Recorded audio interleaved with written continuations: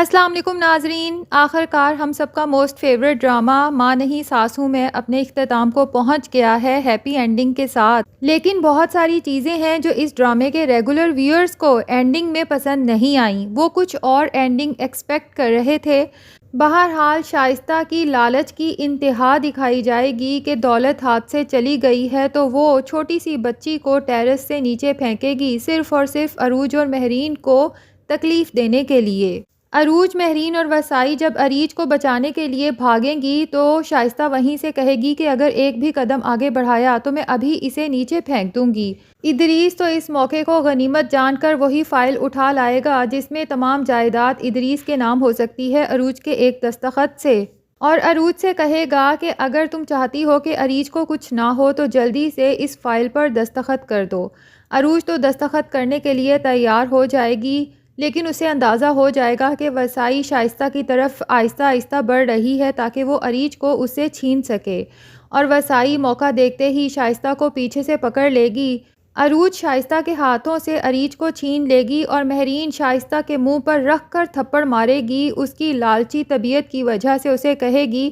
کہ ابھی میرے گھر سے تم دونوں دفع ہو جاؤ۔ اب جناب سلمان، جو ایک ہاتھ میں ریوالور پکڑے ڈرائیونگ کرتے ہوئے مسلسل عروج کے خلاف ہی سوچ رہا ہوگا کہ عروج نے مجھے کہاں کہاں ڈی گریڈ کرنے کی کوشش کی، اور وہ سوچ چکا ہے کہ بس گھر پہنچتے ہی میں نے عروج کا کام تمام کر دینا ہے۔ اور دوسری طرف شائستہ، جو دولت کے ہاتھ سے چلے جانے کے بعد نیم پاگل ہو چکی ہے، ادریس کا سر کھا رہی ہوتی ہے اور کہتی ہے کہ میں اس گھر سے کہیں نہیں جاؤں گی، میری قبر بھی اسی گھر میں بنے گی، حسین قبر۔ اور پھر ایک ایک کر کے اپنے سارے گناہ گنواتی ہے کہ کیسے اس نے سب سے پہلے عروج کو بچپن میں کوڑے کے ڈھیر میں پھینکا تاکہ اسے کتے کھا جائیں، لیکن اس کی قسمت دیکھو کہ وہ بچ گئی۔ پھر میں نے اس کو مارنے کی بارہا کوششیں کی لیکن وہ ہر دفعہ بچ جاتی ہے، تو آج میں نے بس اریج کا کام تمام کر دینا تھا۔ اس دولت کے لیے میں نے پچھلے 20-25 سال کیا کیا قربانیاں دیں، اپنا بیٹا تک مہرین کے ہاتھوں میں دے دیا تاکہ وہ تمام دولت میرے بیٹے کے نام کر دے گی تو اس کے بعد میں اپنے بیٹے کو بتا دوں گی کہ میں ہی تمہاری سگی ماں ہوں۔ ادریس کہے گا بہرحال تمہیں اریج کو کوئی نقصان نہیں پہنچانا چاہیے تھا، کیونکہ وہ صرف عروج کی ہی بیٹی نہیں بلکہ یہ یاد رکھو کہ وہ ہمارے سلمان کی بھی اولاد ہے۔ شائستہ کہتی ہے کہ مجھے اس بات سے کوئی کنسرن نہیں، مجھے صرف اور صرف دولت سے کنسرن ہے، اور اتفاق سے یہ سب باتیں باہر کھڑا سلمان بھی سن رہا ہوتا ہے۔ حالانکہ یہ باتیں بہت دفعہ ڈرامے میں ریپیٹ ہو چکی ہیں اور سلمان کو بھی اچھی طرح سے پتہ ہے کہ عروج کو مروانے کے لیے کافی دفعہ شائستہ اور ادریس کوشش کر چکے ہیں، لیکن پتہ نہیں اس دفعہ اس کا ضمیر اتنا کیوں جاگ جاتا ہے اور وہ سب کچھ سن کر ہکا بکا ہو جاتا ہے اور غصے کے عالم میں روم میں انٹر ہو کر ریوالور ادریس پر تان لیتا ہے اور کہتا ہے کہ تم لوگوں کو تمہارے کیے کی سزا تو ضرور ملے گی، تم لوگوں نے میری بیٹی کو مارنے کی کوشش کی۔ اور شائستہ سے کہے گا کہ تمہارے جیسی ماں تو میں نے کبھی اپنی زندگی میں نہیں دیکھی، جو دولت کی ہوس میں اپنے ہی اولاد کو کسی اور کے حوالے کر دیتی ہے۔ اب جب مہرین سنتی ہے کہ ان لوگوں کے کمرے میں اتنا شور ہے اور سلمان کی بھی آوازیں آ رہی ہوتی ہیں تو وہ روم میں انٹر ہوتی ہے اور دیکھتی ہے کہ سلمان بس ادریس پر فائر کرنے ہی والا ہے، لیکن وہ آگے بڑھ کر اس کا ہاتھ تھام لیتی ہے ریوالور والا اور کہتی ہے کہ میں اپنے بیٹے کو اتنا بڑا گناہ کرنے نہیں دے سکتی، میں اسے مجرم بنتا ہوا نہیں دیکھ سکتی۔ اور سلمان، جو اتنے عرصے سے مہرین کی یہ ساری باتیں سن کر کبھی نہیں پگھلا، لیکن اب چونکہ مہرین اور عروج کے پاس ساری دولت چلی گئی ہے تو اس کا دل ایک دم سے پگھل جائے گا مہرین کی یہ باتیں سن کر، اور وہ آنکھوں میں آنسو لیے مہرین کو دیکھے گا کہ ایک یہ عورت ہے جو میری ماں نہ ہوتے ہوئے بھی صرف مجھے پالا ہے، اس لیے ماں سے بھی زیادہ محبت کرتی ہے، اور ایک طرف میری ماں اور میرے باپ ہیں جنہوں نے اپنی ہی اولاد کو دوسروں کو سونپ دیا تاکہ ان کو دولت مل سکے۔ بہرحال وہ مہرین کے کہنے میں آ کر ریوالور تو نیچے کر دیتا ہے، لیکن کہتا ہے کہ ان لوگوں کو سزا تو ضرور ملنی چاہیے، اور ایس پی صاحب کو کال ملا کر کہے گا کہ فوراً سے پہلے میرے ماں باپ کو گرفتار کریں، اور پھر مہرین کے ساتھ اس کے کمرے میں چلا جائے گا، اس سے رو رو کر گڑ گڑا کر معافی مانگے گا۔ مہرین کہے گی کہ میں تو اپنی مامتا کے ہاتھوں مجبور ہو کر تمہیں ایک ہی دفعہ کہنے پر معاف کر سکتی ہوں،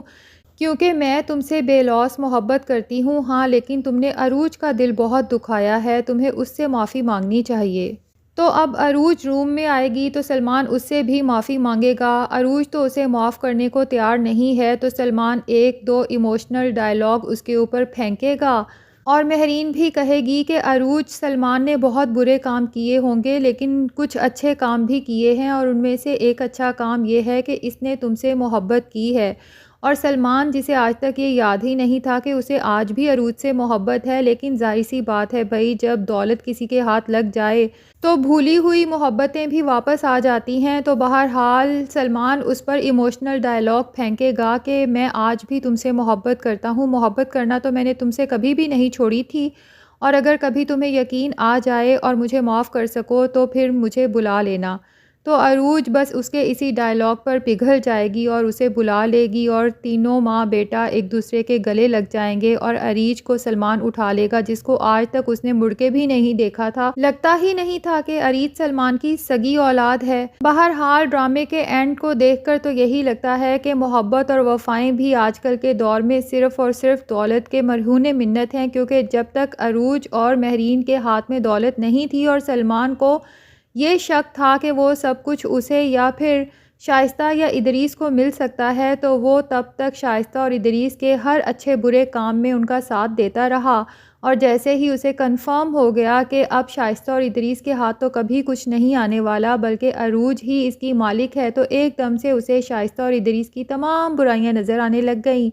اور عروج کی محبت بھی واپس دل میں لوٹ آئی. تو جناب اب بات کریں گے کہ اس ڈرامے کے ریگولر ویورز کو اس ڈرامے میں کون کون سی باتیں پسند نہیں آئیں. تو ایک اعتراض تو یہ کیا گیا ہے کہ جب عروج اور مہرین کیس جیت گئے تھے تو انہیں سب سے پہلے ماسٹر شعیب اور نسیمہ کے گھر جانا چاہیے تھا، ان کے ساتھ اپنی خوشی شیئر کرنی چاہیے تھی، کیونکہ ان کے برے وقت میں نہ صرف ماسٹر شعیب اور نسیمہ نے ان کو اپنے گھر میں رکھا بلکہ ان کو فائنینشلی، ایموشنلی ہر طرح سے سپورٹ بھی کرتے رہے. اور پھر ناصر کو تو بالکل ہی سٹوری سے آؤٹ کر دیا گیا، حالانکہ عروج کے لیے سب یہی چاہتے تھے کہ ڈرامے کے اینڈ میں وہ سلمان سے لے لے ڈائیورس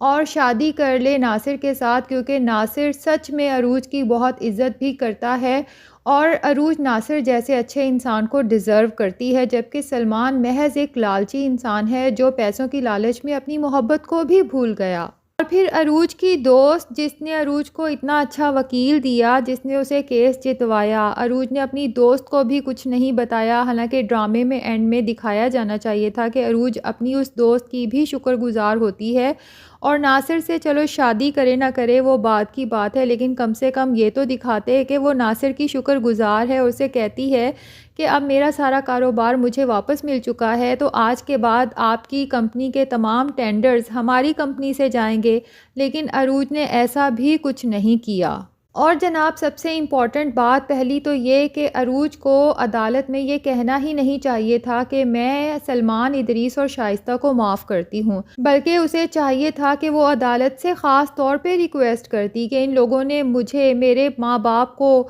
بہت تکلیف پہنچائی ہے، ان کو کڑی سے کڑی سزا سنائی جائے. اور سب سے اینڈ میں یہ کہ سلمان جیسے آدمی پر دوبارہ سے بھروسہ کرنا، حالانکہ وہ یہی سیم ڈرامہ پہلے بھی کر چکا ہے، جب اس نے فائل پر عروج کے دستخط لینے تھے تب بھی اس نے ایسے ہی مہرین سے معافی مانگی تھی اور ایسے ہی آنسو نکال نکال کے عروج کو اپنی محبت کا یقین دلایا تھا. تو یہ لوگ کیسے اس پر دوبارہ سے یقین کر سکتے ہیں؟ تب بھی مہرین نے یہی کہا تھا کہ مجھے یقین ہے سلمان بہت اچھا ہے، اور ابھی بھی مہرین کو یہی لگ رہا ہے کہ اس دفعہ اس کے آنسو سچے ہیں. آزمائے ہوئے کو دوبارہ آزمانا بہت بڑی بیوقوفی ہے. تو بہرحال ہم میں سے زیادہ لوگ یہی چاہتے تھے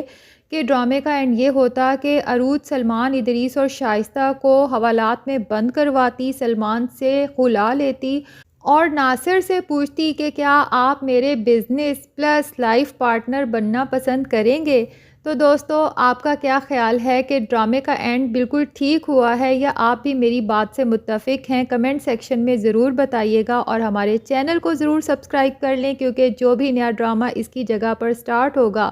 اس کے تمام پروموز، ٹیزرز، اپڈیٹس آپ کو اس چینل پر ملا کریں گے.